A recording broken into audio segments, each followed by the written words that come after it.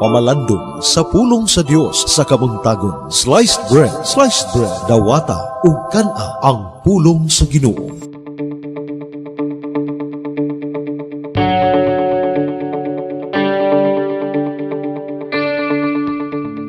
Maayong buntag mga kaigsuunang tigsubay nini atong programa sa Sliced Bread.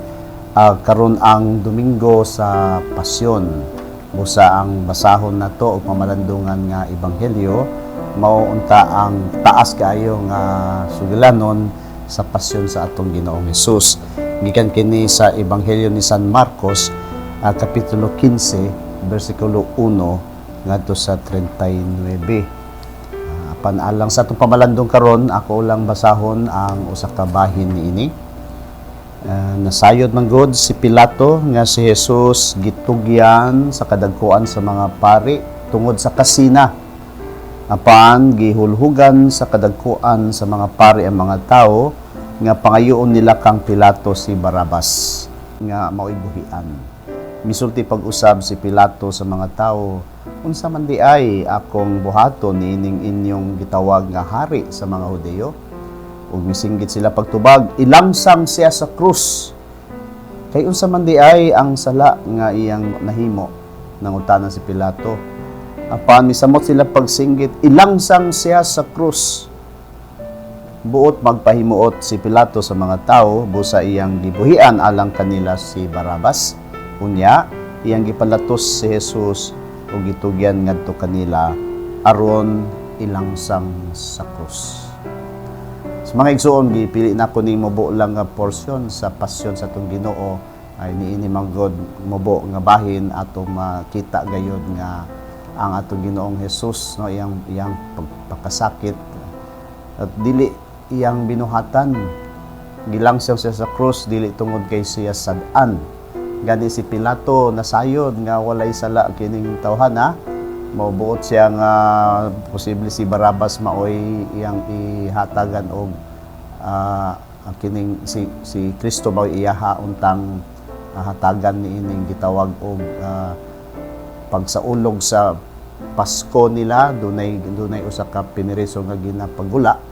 Nagplano siya nga si Jesus maoy iyang gisugyot. Apan ng mga tao, hinulhugan sa mga pangulo sa mga Hudiyo, miingon nga si Barrabas maoy paggulaon, unya si Kristo ilahang gipahamtangan niining maong silot sa paglangsang sa krus.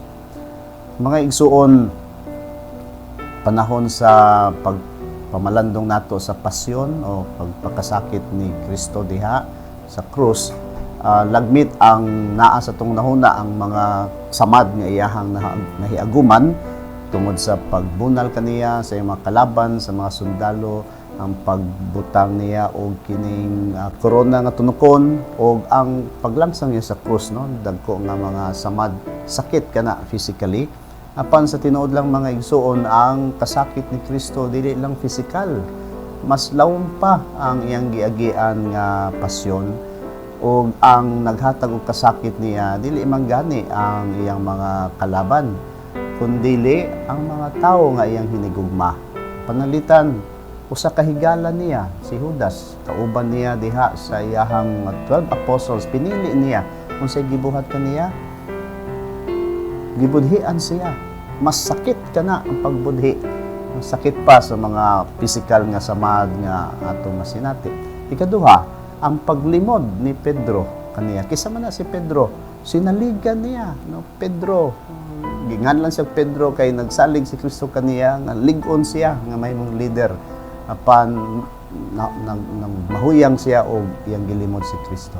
Og kini karon kini mga tawo nga maoy midawat kaniya diya sa Israel no nga usana gidawat nila si Kristo sa pagsulod diha sa Jerusalem. Sila ra man gihapon ang musinggit niining ilangsang siya sa krus. Usa ka butang-butang kay bisan wa sila masayod unsay sala, ila lang gihapon gisinggit kining pahamtang nga ilangsang sa krus. Og isa pa kalaw mga samad sa Ginoo niining iyang pasyon, ang iyang relationship sa amahan.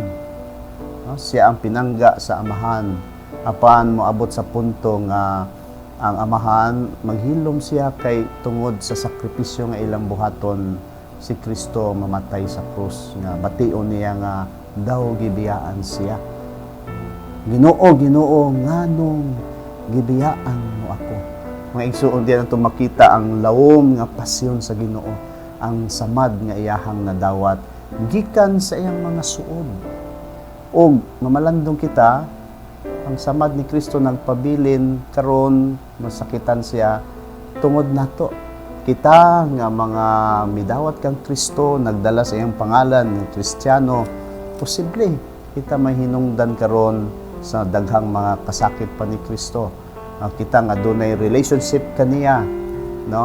Nang padayon ta sa tingali sa paglimod kaniya, padayon ta sa pagbudhi kaniya sa daghang paagi, sa pagbutang-butang usab pagbiya, dili pagtagad panahon sa panginahanglan.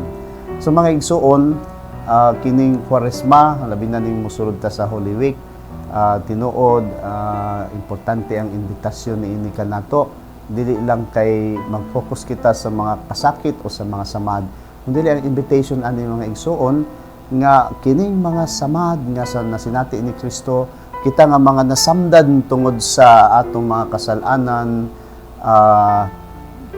adunay pag-alim ni ini, no? Ang grasya sa Ginoo mag-aalim ni ini og dunay gitawag kita og proseso sa reconciliation and forgiveness. Ang imbitasyon ni ini mga igsuon nga maabri kita diha sa pagpangayo og kapasayloan sa mga samad nga atong nahimo batok sa Ginoo, batok sa usag-usa.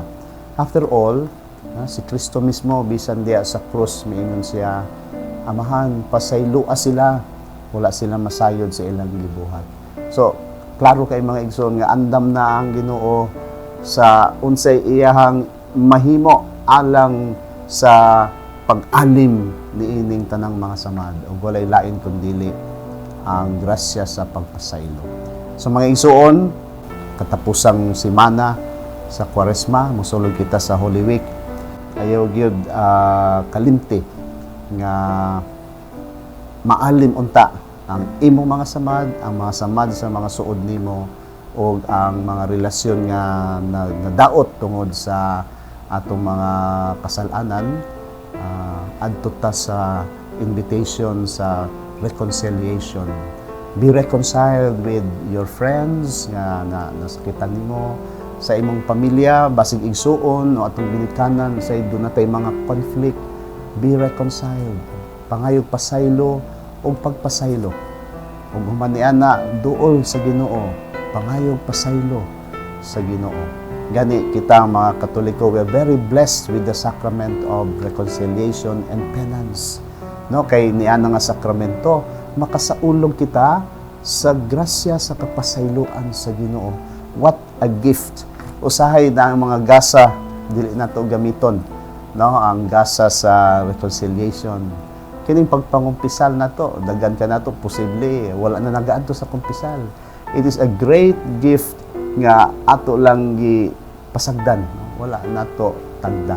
Pero mga igsuon, atong pamalandungan, maunay paagi nga kita makasaulog sa hilabihan gayod sa pagkamapasayloon sa Dios. Busa nag-aawhag ako kaninyo tanan panahon sa Holy Week, pakigsusi gayod sa inyong mga parokya, tumakaparian do na nay mga higayon nga ilang gibutang aron makaduol kita para sa pagpangumpisal. Hinaot mga igsoon pinaagi ni ini, masinati nato ang pag-alim sa atong mga samad, atong relasyon sa usag-usa o atong relasyon sa Ginoo. Kung magsaulog ta sa Easter, no, sa Pasko sa pagkabanhaw nga nalingkawas sa atong mga kasalanan tungod kay nagsaulog kita sa pasaylo o kaluoy sa Dios. Kini si Bishop Joey nagapadayon sa pagdasig kaninyo sa pagpamalandong sa pulong sa Dios sa matag adlaw. God bless you. Sliced bread, dawata ug kana ang pulong sa Ginoo.